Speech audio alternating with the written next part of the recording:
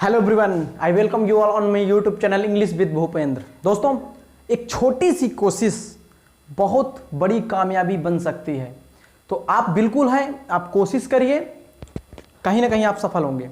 तो जैसे कि पिछली वीडियो में हमने नाउन के फॉर्मेट को समझ लिया था कि 3 प्रकार का नाउन था। उसमें वर्ड नाउन जो 5 प्रकार के थे, वर्बल नाउन था और एडजेक्टिवल नाउन था। ओके, तो नाउ अब हमको देखना है कि how to use noun in a sentence. Okay, how to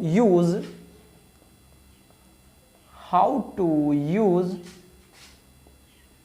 noun in a sentence,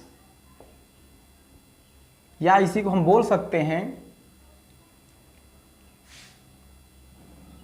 usage of a noun.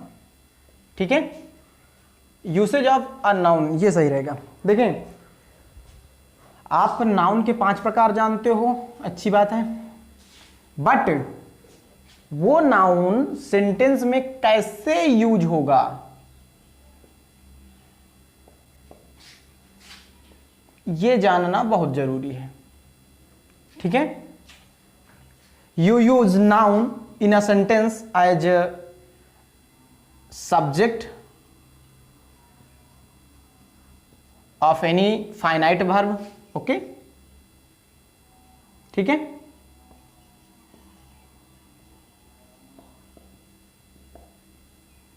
you use noun in a sentence as a subject of finite verb. ठीक है, and object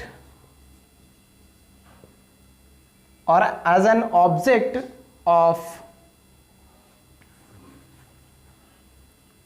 of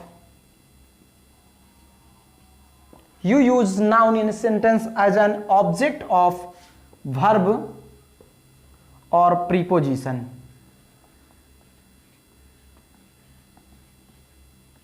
ठीक है, यानी जो noun है वो किसी finite verb का सब्जेक्ट बन सकता है, वो नाउन ऑब्जेक्ट बन सकता है, या ऑब्जेक्ट किसी वर्ब का, नहीं तो किसी प्रीपोजिशन का।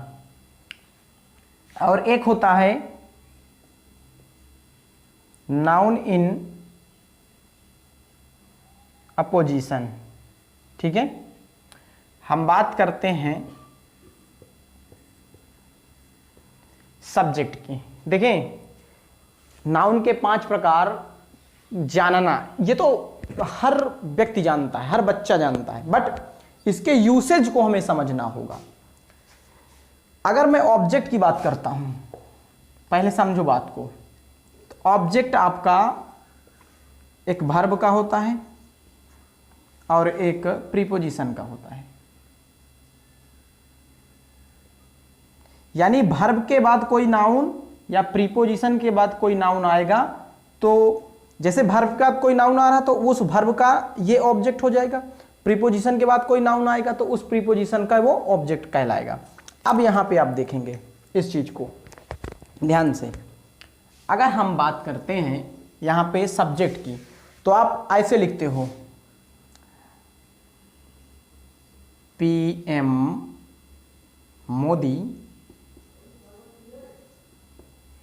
is a great leader of India। ठीक है, देखो ना यहां पे ये आपका नाउन है जो इस फाइनाइट वर्ब का सब्जेक्ट है। आप समझ में आ रही? यानी नाउन को हम किसी सेंटेंस में कैसे यूज कर सकते हैं, सब्जेक्ट की तरह। आप यहां पे देखो, किसी वर्ब का ऑब्जेक्ट आप देख रहे हो। अगर मैं यहां लिखूं ही प्लेज क्रिकेट, तो यहां पे ये जो फाइनाइट वर्ब है, इसके बाद आप देख रहे हो यहां पे नाउन आया हुआ है।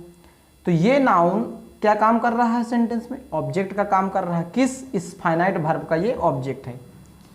आप देखो, प्रीपोजिशन के भी बाद नाउन आता है, तो वो उस प्रीपोजिशन का ऑब्जेक्ट होता है। आप यहाँ पे देखो, यहाँ पे लगा है ऑफ, जो कि एक प्रीपोजिशन है। इस प्रीपोजिशन के बाद इंडिया यहाँ पे नाउन है, लेकिन ये नाउन कार्य क्या कर रहा है? ऑब्जेक्ट का। इस सेंटेंस में ये इसकी क्या प्लेसमेंट है? इसका प्लेसमेंट इस सेंटेंस में ऑब्जेक्ट का है। समझ में आया? अब देखो, ये तो हमारे 3 यूज हो गए। अब यहां पे एक होता है नाउन इन अपोजिशन, इसको देखना जरूरी है।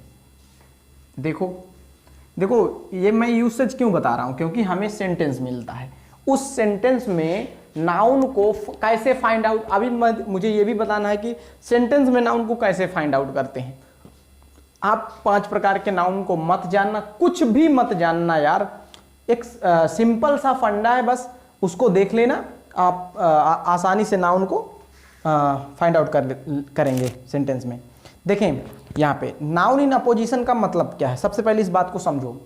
नाउन इन अपोजिशन का मतलब होता है कि किसी नाउन के बारे में जब कुछ एक्स्ट्रा इंफॉर्मेशन दी जाती है, उसे नाउन इन अपोजिशन कहते हैं।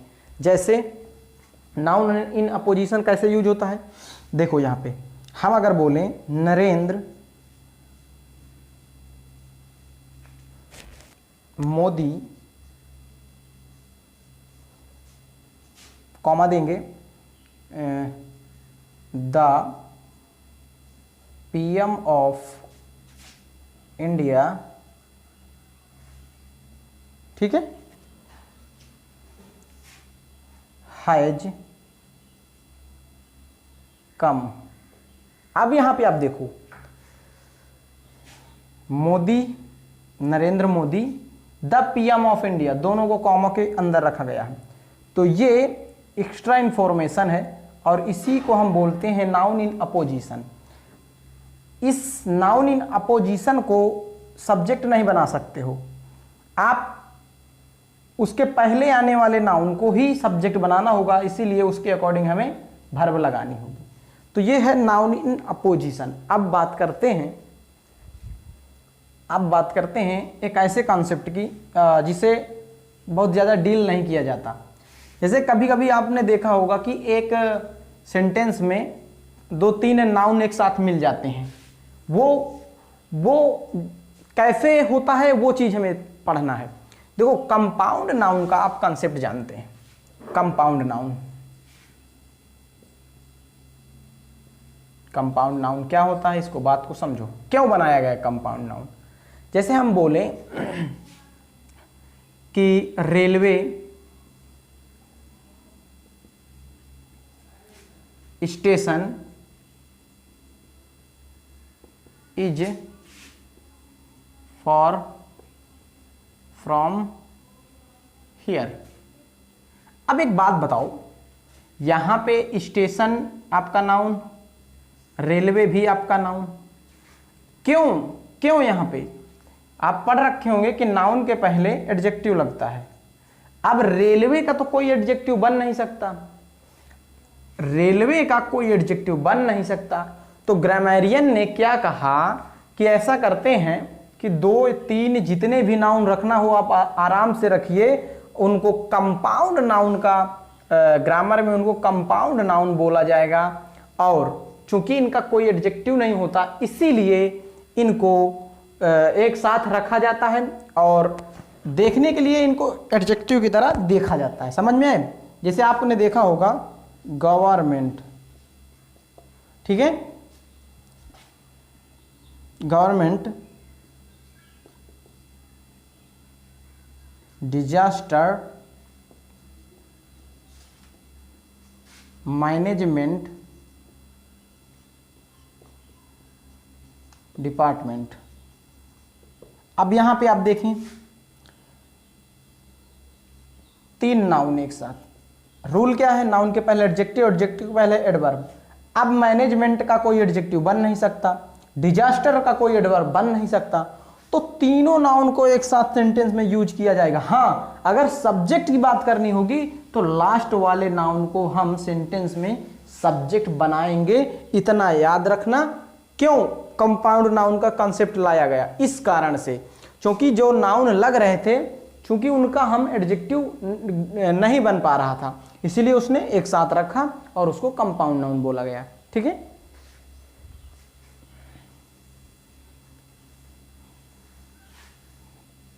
तो आई होप कि आपको वीडियो अच्छी लगी होगी। मिलते हैं हम नेक्स्ट वीडियो में, तब तक के लिए जय हिंद।